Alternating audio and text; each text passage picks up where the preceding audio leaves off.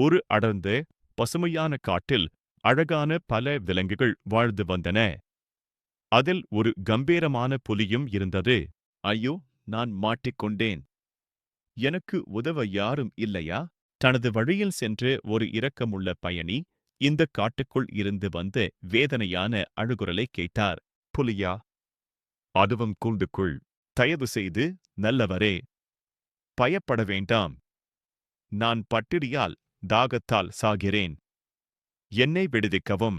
எந்த உயிரையும் இப்படி துன்பப்பட விட்டுவிட்டு என்னால் போக முடியாது. இந்த முறை நான் உங்களை நம்புகிறேன். நன்றி, என் நல்ல நண்பரே. உங்கள் கருணையை நான் ஒருபோதும் மறக்க மாட்டேன். நான் உங்களுக்கு நன்றிக்கடன் பட்டுள்ளேன். சில மாதங்களுக்குப் பிறகு அதே பயணி ஒரு பெரிய ஆபத்தில் சிக்கினார்.